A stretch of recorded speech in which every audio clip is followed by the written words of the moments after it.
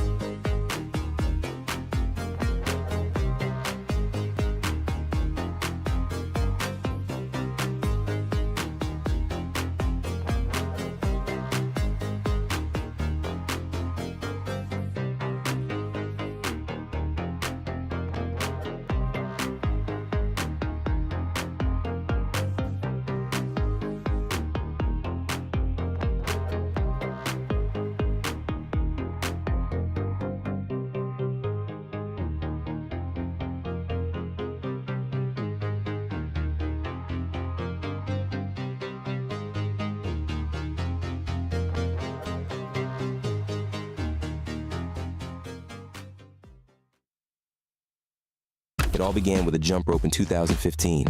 It was tangled, plastic, and poorly adjusted. We knew we could do better, and so we did. We built our first prototype by hand. It worked. It made a difference. Our first double unders made a big impact. We felt the joy of success for the first time, and it felt magical. From there, our mission became clear: to facilitate the joy of success for athletes around the globe. Since then, we've focused on one thing: improving what others overlook. Engineering and innovation are our tools. Victorious.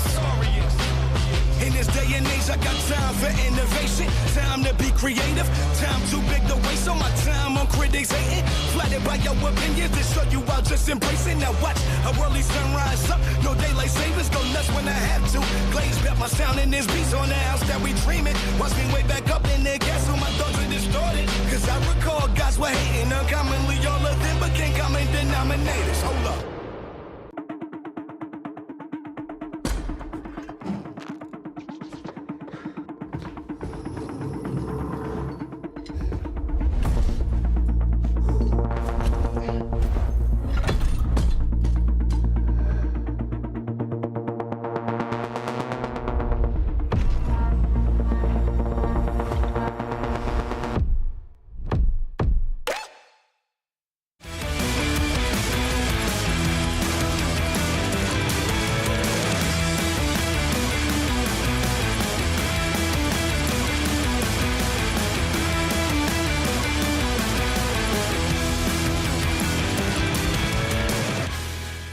Day 2 of the World Fitness Project here in London opens with a fast-paced chipper. Erg work, burpee box jump overs, goblet squats and dumbbell thrusters, where the final station proved the difference. In the women's field, Olivia Kerstetter set an early benchmark at 12:58, but that mark didn't last long. Teammates Vol Thurman-Moe and Uda Lugdukvam pushed each other hard in the penultimate heat, with Thurman-Moe surging late to take the win and move into the top 10. The final heat saw a familiar matchup between Laura Horvath and Amy Kringle, with Horvath once again holding the edge. On the men's side, the decisive battle came in the final heat. James Sprague looked in control, but Roman Khrennikov executed a perfectly paced race, arriving at the thrusters around 30 seconds behind as Sprague was forced to break. Khrennikov capitalized late to take the win and the overall lead at the halfway point. Saturday night moved under the lights, where the athletes took on a 1-rep max deadlift before taking a 2-minute break and then a 100-calorie or 70-calorie Echo bike sprint. Dana Paran made a statement, lifting 450 pounds, never to be bettered. Oda Lugdukvan delivered a solid effort, matched by Jen Muir's trademark show of Scottish strength.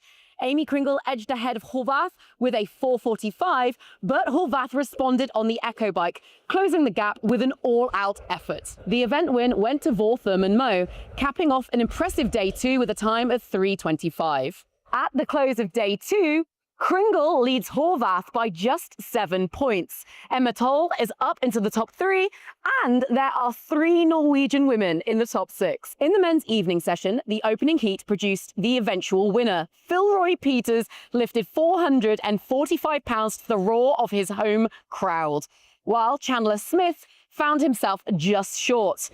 Personal bests were everywhere. Sam Cormoyer marked his return with a 45-pound PR, while Pat Vellner delivered one of the standout lifts of the night. On the Echo bike, Jack Farlow very much set the pace, only to be edged out by James Sprague by just 0.4 seconds. That narrow margin brings Sprague within 21 points of overall leader Khrennikov heading into the final day, with Chandler Smith and Jack Farlow also advancing into the final heat. As you can see, the teams still have one workout still to go, but the elites are wrapped up for day number 2. Day number 3 though, that's where it's all going to be decided. So make sure that you guys join us, whether that's in person or online, to find out how London Tour Stop number 1 is going to close out. We'll see you then.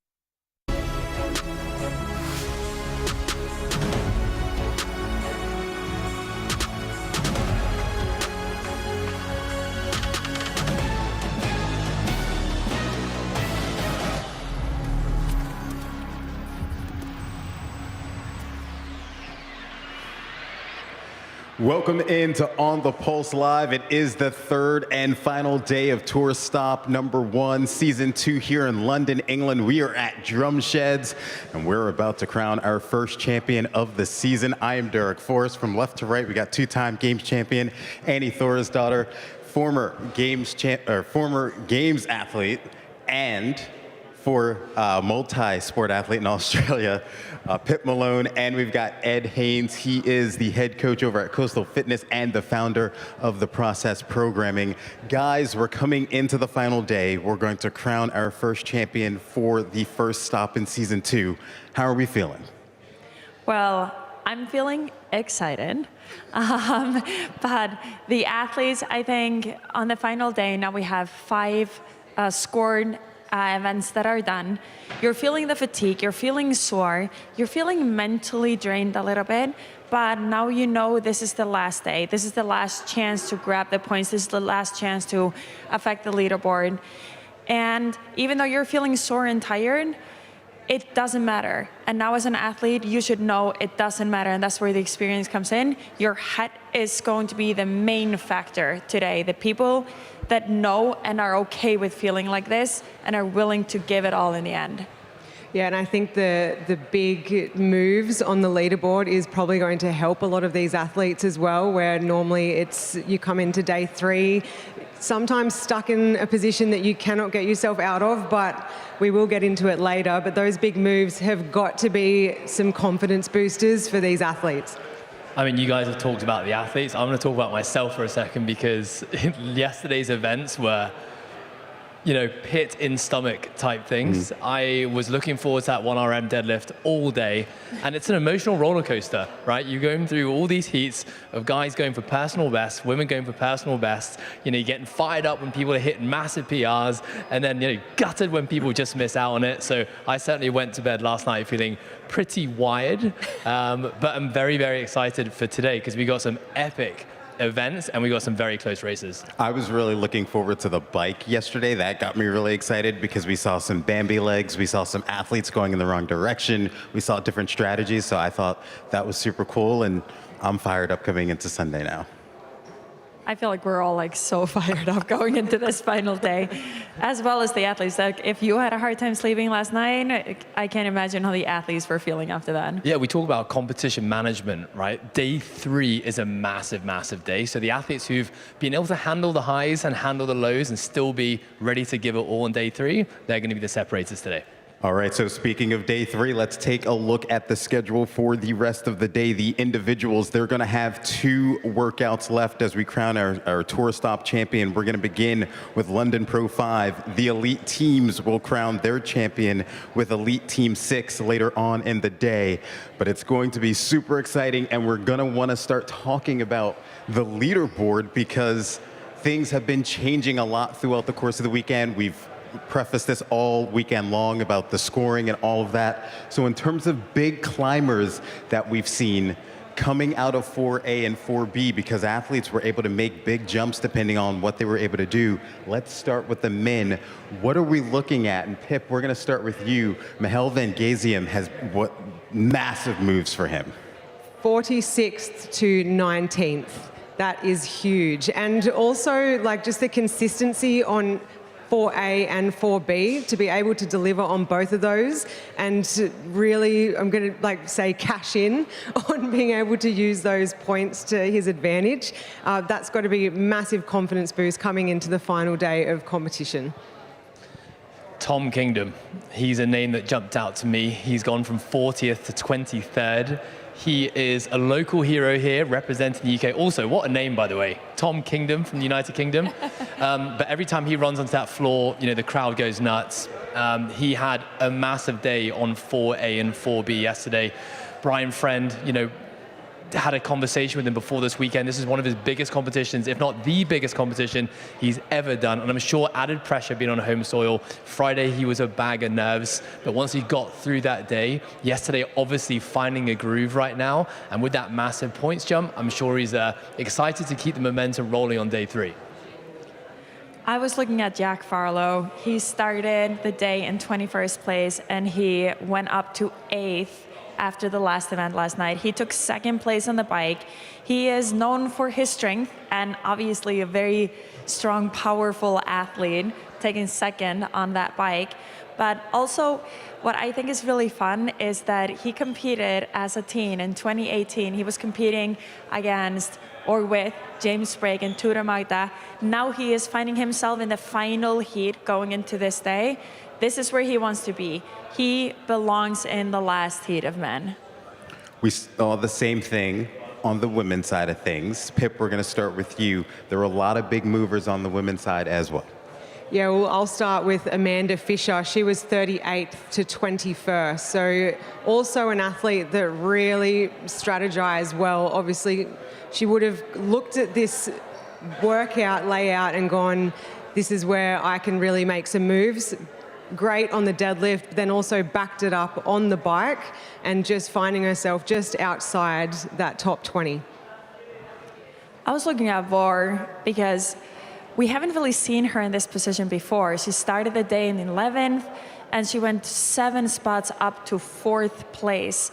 So she is very high on that leaderboard. We saw, and a lot of the athletes talked about at the end of last season or in Copenhagen, they were worn out and tired. We are now, she got her pro card, she's not having to do qualifiers, and we're seeing a new version or even better version of Var. And like I said, having her in 4th spot going into final day, she must be very, very much looking forward to finishing off a good weekend. Another athlete that I think we're all looking forward to seeing finishing off not just a big weekend, but a massive few weeks of competition is Olivia Kerstetter. She has had any athlete can understand how massive that is on your nervous system to compete 3 weekends in a row. And she started off a little shaky on day 1. She sort of came into day 2 and came out, did what she needed to do. And she's moved up to 10th place. So she started the day in 22nd, which is not ideal at all. 10th place for her is exactly where she wants to be. With the programming we have today, I can see her making some more big moves. Yeah, we've got a lot of things happening on the leaderboard and a lot of different races that we're going to be paying attention to, not only at the top of the leaderboard, which I find interesting that our 2 reigning champions for the season 1 are both sitting in 2nd place coming into Sunday with Laura Horvath and James Sprague. We're also going to be tracking what the challengers do because the scoring is different for them as well. They're right there in the middle, right there in the mix. And then we learned today that the top challenger on both the men and the women will get to bypass the qualifier, in Indy. So we've got a lot of things we're watching. So Ed, you've been tracking everything. Let's start with the women. What are you seeing in terms of scoring? Yeah, as you said, Derek, at the start of this weekend, we talked about how the point scoring system is going to be really significant. And the athletes who can clock in high placings are going to cash in on big points. But have a look at this. We have 2 ladies right at the top of the leaderboard. We've got Amy Kringle with 446 points over 5 scored events. That just shows with 100 points up for grab just how dominant she's being. Laura's only 7 points behind her. So whilst you may be looking at this leaderboard and saying, well, this might be a done deal because we're looking at the workouts coming up today. These ladies are going to excel. But as you said, Derek, there's a second race that's happening here. Actually, there's 2. We have to always remember we've got the finals coming up in Copenhagen. The top 30 athletes are going to be progressing through to that final tour stop. But then we also have the Challenger Series. And these challengers, they're all fighting for a pro card. At the end of the season, the top 20 cumulative points are going to be locking in that pro card. And when we look at this, we have 34 points between 19th and 27th. 40 points separate 30th and 40th. So whilst at the top of the leaderboard, it's maybe locked in, we've got so many potential changes that might be happening between 19th and 40th place. And these ladies are fighting for that spot at the final tour stop and their pro card. So, this is what makes it so fun because we are not just looking at top 3. There are so many things to follow. You got to be watching every single heat that happens today. It's not just about that final women's heat. Everyone is fighting for places. You've got these underdogs and the challengers who have nothing to lose, who are going to be taking big risks in these workouts and potentially pulling out some amazing performances. Ed, when I say this, it's not going to make sense. But on the men's side of things, it's pretty much the same. But it's also different. But it's not. It's the same in the sense that we have some close battles. But what we're seeing in the women's division is that there's a very tight battle up at the top of the leaderboard. In the men's, it's not like that. When we compare the points that our leader has, Roman Khrennikov right now at 381 points, you know, we're talking a good 76+ points behind our top females. And so what we're seeing here is that we've got a really, really tight race. You know, amongst, that top 10, you're seeing 20-point drops from position to position. And that could just be a few spots in a workout placement that could be leapfrogging athletes, you know, into that top 3 podium spot. But again, let's not just talk about that top 10. We've got only 16 men that have over 200 points, and there's 33 points that separate 19th place to 36. I'm just going to say it one more time. The top 20 at the end of the year get their pro card. That's a significant advantage going into next year's season. And then we have, you know, the people fighting for that top 30 spot to make it to Copenhagen in the finals. So all to play for, Derek. Yeah, for sure, for sure. All right, so we talked about all of the point scoring and all of that stuff. Let's show you the leaderboard now, and let's start with the men. And of course, it is Roman Khrennikov who is starting at the top of the leaderboard with 385 points, as I mentioned, ahead of last year's tour champion James Sprague, Annual Akai sitting in the top 3, Tuta Magda in 4th, Ty Jenkins in 5th, Nate Ackerman 6th. The rest of the top 10, Jelle Hosta, Jack Farlow, Chandler Smith, and Chris Ibarra. Is there anything that stands out for you guys just when you look at this top 10? I think we've spoken about the athletes at the top already. Ed broke that down beautifully. What we didn't see on the screen just there was challenger Quinn Robinson sitting in 11th place, and he's just been going about his business all weekend long, just sitting there right in that bubble of that top 20 towards that top 10, and he's one that I think we could see make a move today. All right, on the women's side of things, let's take a look at their leaderboard. We've been talking about the battle all weekend long, all season long last year between Amy Kringle and Laura Horvath. Laura Horvath sitting just 7 points, as I do the quick math, behind Amy Kringle right now. Emma Tall sitting in 3rd, Vor Thurman Moore in 4th, Andrea Solberg in 5th. Rounding out the top 10, Oda Ludwigvam, Hannah Black, Ella Wilkinson, Sydney Wells, and Olivia Kerstetter. Observations from the top 10. Well, it's nice to see Emma Tall getting up to 3rd place, but then I feel like we have to notice that we have 3 Norwegian girls there after each other. Andrea, we have Oda, and we have Var. And all of these girls were challengers last year. Now they're in final heat going into the 3rd day. Again, what we're not seeing there is then 11th place, we have a challenger from this year. Leah Stern has had a great start to her weekend, and Matilda Garns is right behind her. Then we go a little bit further down, and we have like 6 or 7 more challengers from like 16th till 22nd place, which is the challengers are having a good weekend. Yeah, so now that we've set the stage for what we're going to see on this 3rd and final day, let's take a look at the first workout, London Pro 5, and what the individuals will be taking part in. London Pro 5 is presented by Ray-Ban. London Pro 5 is an ascending ladder of ring muscle-ups beginning from 1 and increasing by 1 until the final round of 8. Following each set of ring muscle-ups, athletes must complete an 18-meter sandbag bear hug carry. There's an 11-minute time cap for London Pro 5.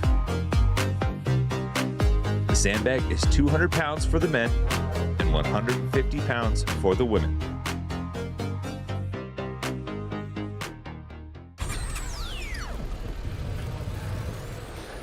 All right, so we just saw London Pro 5. What are you guys' thoughts on the workout? Yeah, I think I'll start with, I think the main thing that people are going to see here is ring muscle-ups. We're seeing an ascending ladder, Ascending ladders are always challenging because as the athlete is getting more fatigued, the demand of the workout is increasing. So pacing and strategy will be an interesting one in this, but there is a second element to this. It's a classic couplet, just 2 movements, but we've got the sandbag carry. And I think a lot of people don't really combine those 2 movements all that much, and maybe don't understand the added fatigue that comes from holding and carrying and walking a bag and then having to get back into a gymnastics movement. So Annie, if I throw it to you, what do you think are the carryover fatigue effects that come from a sandbag and then going back into ring muscle-ups? Well, I think it's going to be, like you said, you have an object, you have something on you that is restraining you, it's hard to breathe, and also it's going to fatigue your grip. What you don't often think about when you're carrying a sandbag is you're starting to be sweaty, so maybe athletes are going to have towels or something out there, but when you're grabbing and you're trying to grab onto your arm and you're sliding, your grip is also... Go ahead, you can use your arms now. Your grip is also getting fatigued. So I see this as another, I think this is going to be about the muscle-ups if you manage to move the sandbag, but also it's going to be your grip fatigue on those rings. I think another thing when we saw our guy Spike running up, I don't know if Spike's actually a man or a woman, we're going to assume he's a man, but Spike in that demonstration, there is a lot of running that's happening on the floor as well. The way that the sandbag is going to be positioned, you're moving up and down this floor, there's transitions, and the transitions is this part of pacing that rarely gets spoken about. How much time is wasted when movements are not getting done? And so the athletes, I think you're going to see this in the top heats, I think we're going to see athletes literally sprinting up and down that floor to get between the sandbag and the rings, and that's going to be adding fatigue, increasing heart rate. It's going to make the workout even more challenging. You're for sure going to see sprinting in the beginning because then you're fresh. Like you said, with this kind of ladder format, you're going to have to get the first set done really quickly because when you're halfway through the workout, you're not halfway through the workout, right? But then towards the end, the athletes that are attacking it, they're going to be trying to run fast to the rings. They're going to be chalking up as they're getting to the rings, and then jumping up, getting a first set in, and seeing if they're going to need to break it. So we're going to see some different strategies there, I believe. Pip, how would you approach this workout? What would be your strategy? Well, I think Ed hit the nail on the head when he said a lot of athletes don't do this combination often because it really hurts. So I look at it and think, yeah, this is really like backloaded. So you sort of drawn in at the start to move as fast as you can because you've got your smaller sets of ring muscle-ups. What I really like about it is it's actually a cyclone sandbag. So rather than your traditional sandbag that's more of a round shape, the cyclone, it's narrower down the bottom. So especially for our smaller female athletes, it's really awkward to pick up off the floor and get it into position, but actually once you're running with it and moving with it, it sits in a much nicer position compared to a traditional sandbag that is right out in front of a small-statured woman. All right, so yesterday we were talking and we essentially crowned our kings and queens of the Echo Bike, right?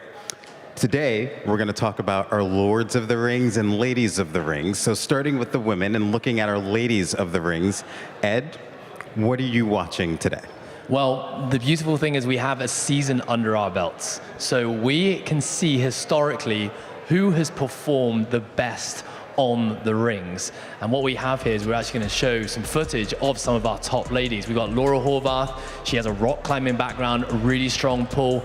Emma Tall always does well on the ring muscle-ups, and she's shown that. We have Ariel Lowen, gymnastics background. She's going to have a big day today if she wants to bring herself back into the top 10. And of course, the local champ, the local hero, Amy Kringle. She is shown on multiple platforms in multiple competitions that she loves the ring muscle-up, and she has the ability to hold on to these really big sets, and have to say she's good with the grunt work, you know, breathing, high heart rate, holding on to odd objects. So these are going to be the 4 ladies that we're going to watch. Ring muscle-ups, especially in the female division, always tend to be a challenging movement, but I think you're not going to see any of these 4 ladies struggling with the ring muscle-ups today.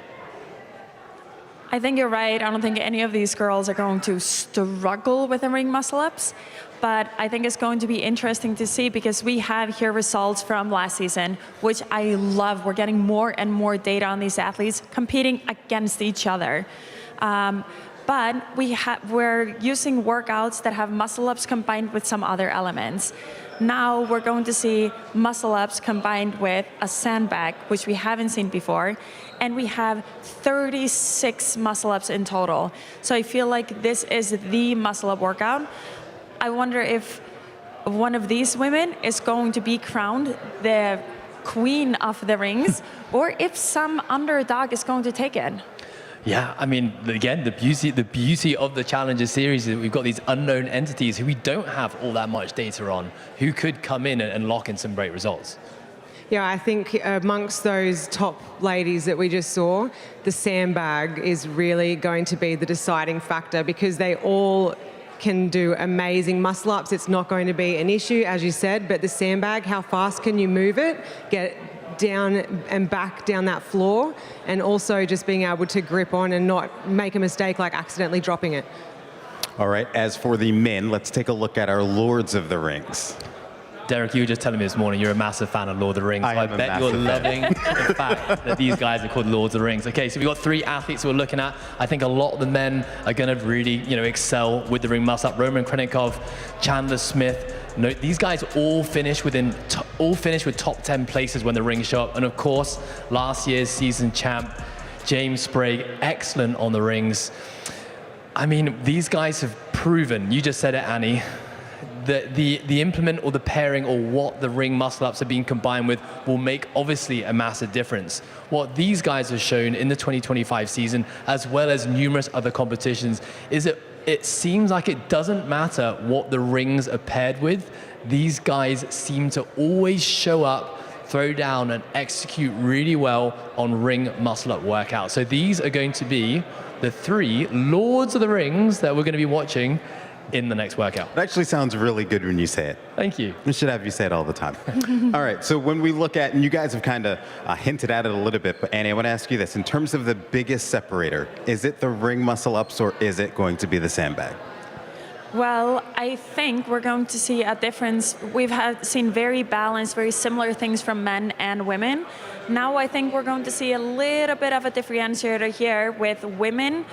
The muscle ups is going to be the differentiator. And for the men, I think a lot of the men are going to be able to do this unbroken, all the muscle ups. So it's going to be about transition time. It's going to be about being efficient, picking up the bag and walking with the bag, getting into a good grip or good position so that it is not going to fatigue you as much when you get to the rings. Whereas for the women, there's going to be a little bit more wiggle room, because I don't think a lot of them are going to be going unbroken on the ring. So it's about breaking it up properly so that you have just as little ground time as possible. When we look at the programming of this weekend, we've seen some really exciting event finishes. I'm thinking back to workout 1, we had those overhead squats. Yesterday, we were all waiting for those thrusters to see the showdown happening. Today, it's going to be exactly the same thing with that final set of 8 ring muscle ups. People are going to be pushing the pace, and people are going to have to be making a decision in that set. Do you take the risk of holding on and potentially shaving 10, 20 seconds off of time? Or do you push it 1 rep too far and potentially fail and know that the recharge time is exponentially longer that people can pass? So it's going to be exciting. All right, ladies and gentlemen, our picks are in for London Pro 5. I'm going to begin. We're going to start with the men. I'm going to go with a family / guy who's typically good at the rings. Spencer Panchik's my pick. I'm a little concerned about the weight on the sandbag, but I think he'll fly through the ring muscle ups. I love that. I am also going to go not with one Lord of the Rings. I am going to go with Janikowski on this. He is really good on the rings. Again, I'm not 100% sure how the sandbag's going to be, but hopefully with the Cyclone, it's not going to be too bad for him. And I believe he might take this. Yeah, I have to also not go with one of the Lords of the Rings and go with Yellowhoster. I think just that sandbag is going to be absolutely no problem for him at all, which is going to be a massive advantage. Well, obviously, I'm going to pick a Lord because we haven't picked one yet. So Chandler Smith is going to be my pick for this workout. Excellent on the rings. Also excellent with sandbags, though. I mean, he had the second biggest deadlift yesterday. The sandbag is a challenge on the posterior chain as well. So I'm backing him to perform very well in this workout. All right, on the women's side of things, I'm going with one of the ladies of the rings, Emma Tall. She's quietly, I felt like, had a really solid weekend. She's now found herself in third. I think she's pretty solid on both implements. I'm going with Emma. That's a solid pick. I'm going to go with Matilda Garns. Little bit of an underdog, maybe calling her out as winning this event, but she has an insane grip for bar muscle ups. So I'm going to put my bet on her.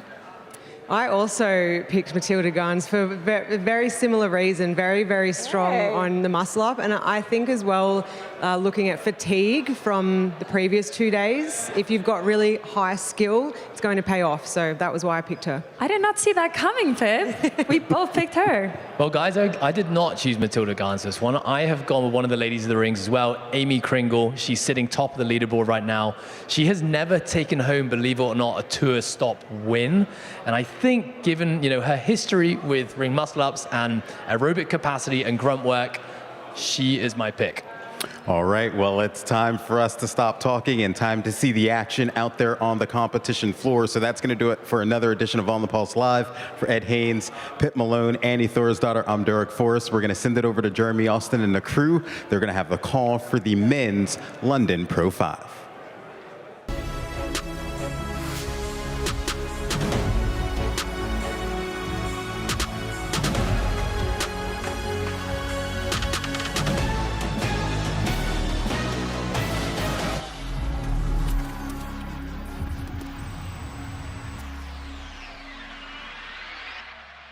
It all began with a jump rope in 2015. It was tangled, plastic, and poorly adjusted. We knew we could do better, and so we did. We built our first prototype by hand. It worked. It made a difference. Our first double unders made a big impact. We felt the joy of success for the first time, and it felt magical. From there, our mission became clear: to facilitate the joy of success for athletes around the globe. Since then, we've focused on one thing: improving what others overlook. Engineering and innovation are our tools. Victorious. In this day and age, I got time for innovation. Time to be creative. Time too big to waste on my time on critics hating. Flattered by your opinions to show you I'll just embrace it. Now watch a early sunrise up. No daylight savings, go nuts when I have to. Glaze bet my sound in this beats on the house that we dreaming. Watch me way back up in the gas so my thoughts are distorted. Cause I recall guys were hating uncommonly. All of them became common denominators. Hold up.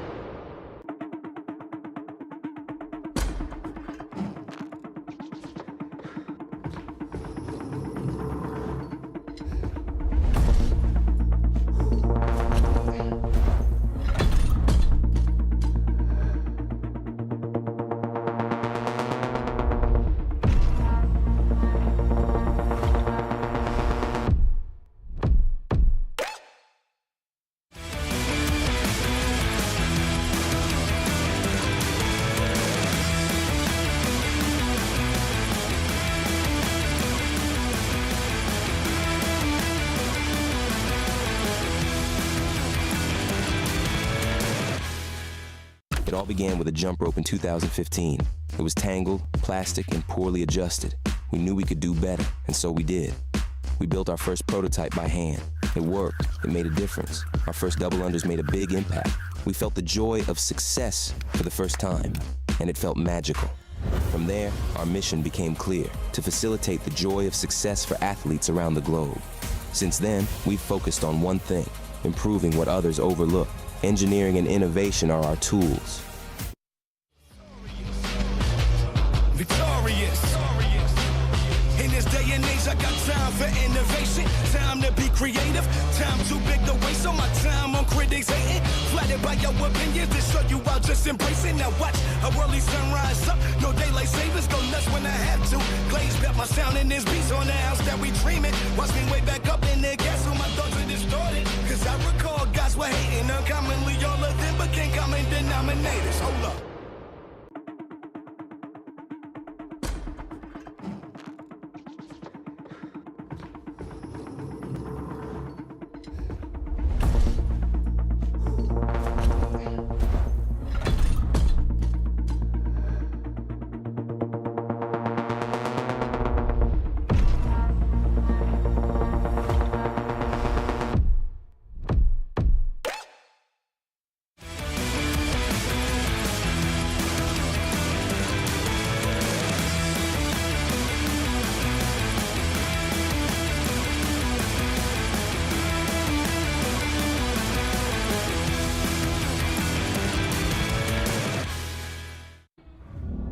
goal is always to win.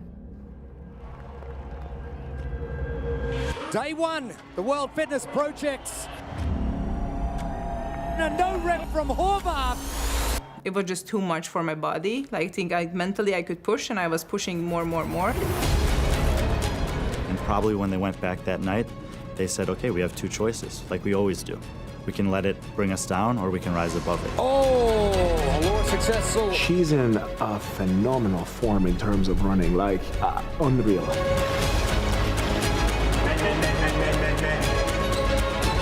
The overhead lookout was just not there anymore. What carries me through it starts at home. Now we are talking as brother, sister. Now we are, business partners. Like, it's just managing, being able to not carry one thing over to another. They're still hard. Just I need to work on my lookout, like extension. Laura Horvath is going to take this out. It won't be the fastest time. It'll be the second fastest time, Laura Horvath.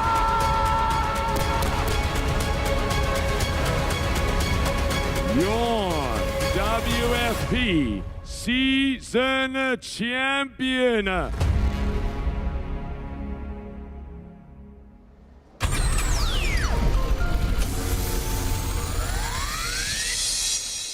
Welcome to day number 3 of the first tour stop of the World Fitness Project. We are live from the Drum Sheds, closing out season 2 for our first tour stop here in London. Jeremy Austin with you, and alongside me, Tommy Marquez. A massive 2 days so far. Some crazy finishes from the deadlift and the Echo Bike yesterday. More craziness on the way today. Now, Tommy, we had a big day yesterday. What impressed you most about what you saw? And I know there was a lot. Well, let's start with big is an understatement, right? 14 women north of 400 pounds, a dozen men over 600. So might be hard to top that, but there has been some amazing performances that I think not just from young athletes, but from some established athletes, even if they fly under the radar. Emma Tall right now sitting in 3rd place has had a very very calm run towards the podium so far. Hasn't had any one of those spectacular splashy finishes, but just steady around those 7ths, 8ths, 12ths, nothing, too high, too low, and it's been good enough to keep her in the podium race. And then some youngsters right behind some established athletes in that 5, 6, 7 spot between, Ty Jenkins, Nate Ackerman, Tudor Magda, hoping to maybe make a little bit of a push here, and they've got a stout test ahead of them, especially with some younger athletes making some names like Anyola Kai. Big time, and very unassuming from Emma Tall, as you said. And we see Amy Kringle at the top of the leaderboard. Laura Horvath in second, only 7 points back. And that's going to be a great race to the finish as well, especially podium spots on the line. We're going to cast our attention to the males first off this morning. And we saw some great stuff from a number of athletes. Philroy Peters yesterday, 293 kilo deadlift. Heat number 1, we saw that from Dana Paran in heat number 1 for the ladies with a 450 pound. It was just ridiculous. Yeah, and you'll see that sometimes with these like single modality events where it's just a lift or it's just a run, where an athlete that maybe hasn't quite had the weekend that they were hoping for can step up to the plate and really put a top score down. And in the case for both the men and women, we saw the best lift from the very first heat, and no one was able to catch it. And I loved what Philroy said is, obviously he was celebrating that moment, but he also said this competition weekend has really exposed some of the areas that he really needs to improve on, and that was his takeaway. Yeah, I got the 100 points. Yeah, I got a big lift, but I know I can lift. I really need to focus on the other things, and I think that's one of the benefits of high-level competition, especially for athletes that aren't used to it and get the opportunity here. For sure. The female competition, I had a quick chat to Matilda Garnes earlier on. Normally Saturday with athletes, it is moving day. She goes, no, today's her moving day. So let's have a look to see what Matilda Garnes can do.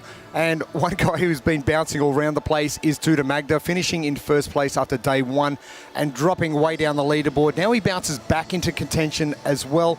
And one of those youngsters that's come through the ranks. And are we going to see something special from Tudor today? Well, we've already seen something special, in my opinion, relative to what Tudor has done in the past. I think you could probably convince him himself too that he hasn't always had clean runs, and at times there have been mistakes along the ways that would kind of derail him a little bit. Well, he enters day 2 in the lead, drops quite a bit, and doesn't panic, doesn't freak out, stays very prudent in his approach to both the lifting, the bike, the entirety of what was happening last night, and finds himself back in contention again. And I think that maturity as an athlete is really starting to show, and I think that's another level of performance that is going to be unlocked from him. For sure. Can't wait to see what's going to fold for our third and final day. Pro 5 on the way for our first heats of our pro men. And this is going to be a quick one, 11-minute time cap and some sandbags and some muscle-ups. Well, let's welcome them onto the floor for the first time. Good morning, London. Let's go for a final day here at London Pro. This is Heat 1 of the Pro Men. Lane 10, Troy Clay, United States. Lane 9, Kian Dunphy, United Kingdom. Lane number 7, Matt Gilpin, Australia. Lane 6, Mikko Lilliorg, Estonia. Lane number 5, Dani Camacho, Spain. Lane number 4, Tola Moraquinho, United States. Lane 3, Fran Hurtado, Costa Rica. Lane number 2, Pietro Anderloni, Italy. Lane 1, Simon Kelinaz, Canada.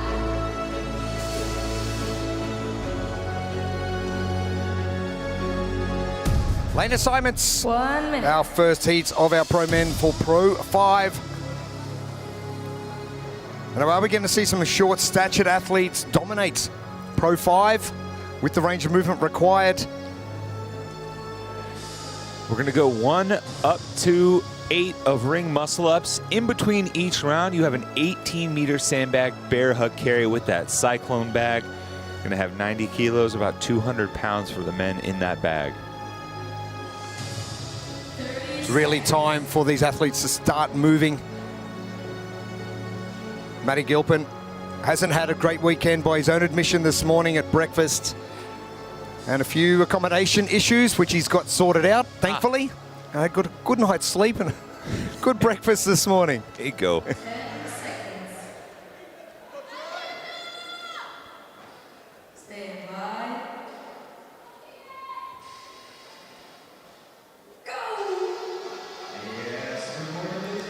And underway for the first heat of our men.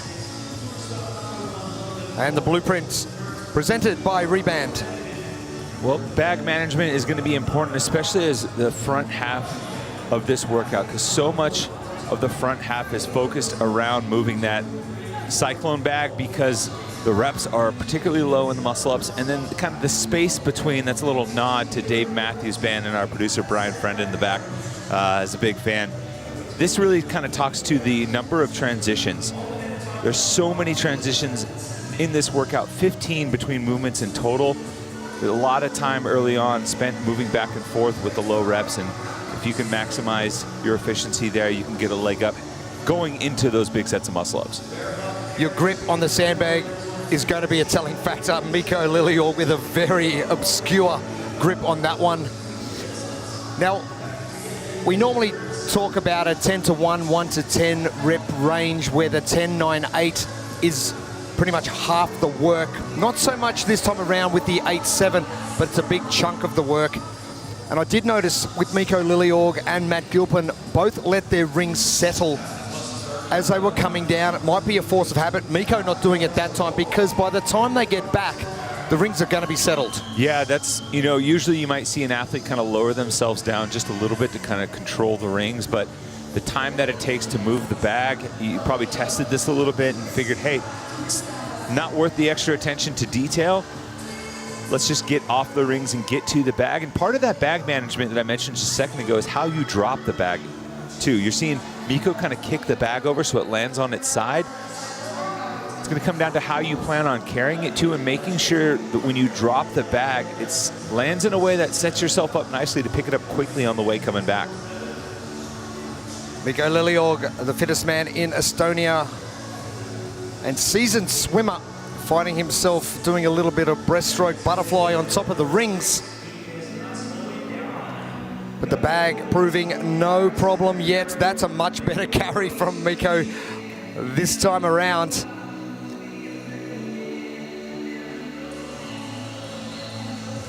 Upgrade your training. Shop the limited edition Ray-Ban WFP collection before it is gone.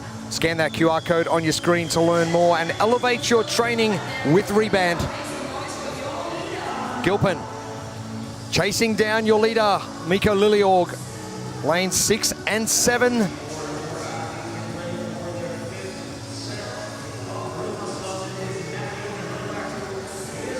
Gilpin, the lone Aussie in the field. We're used to seeing quite a number of Aussies take on every tour stop.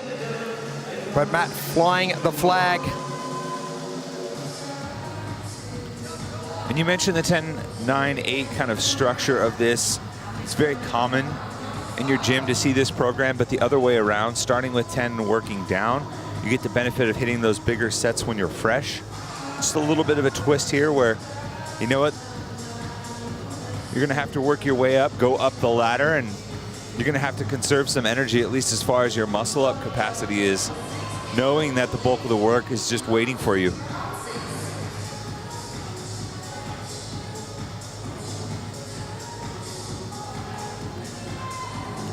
Gilpin, another good carry. And yet very particular, same as Miko. How do you place that bag just to make it easier to pick back up? Miko seems to be swaying a fair bit on those rings.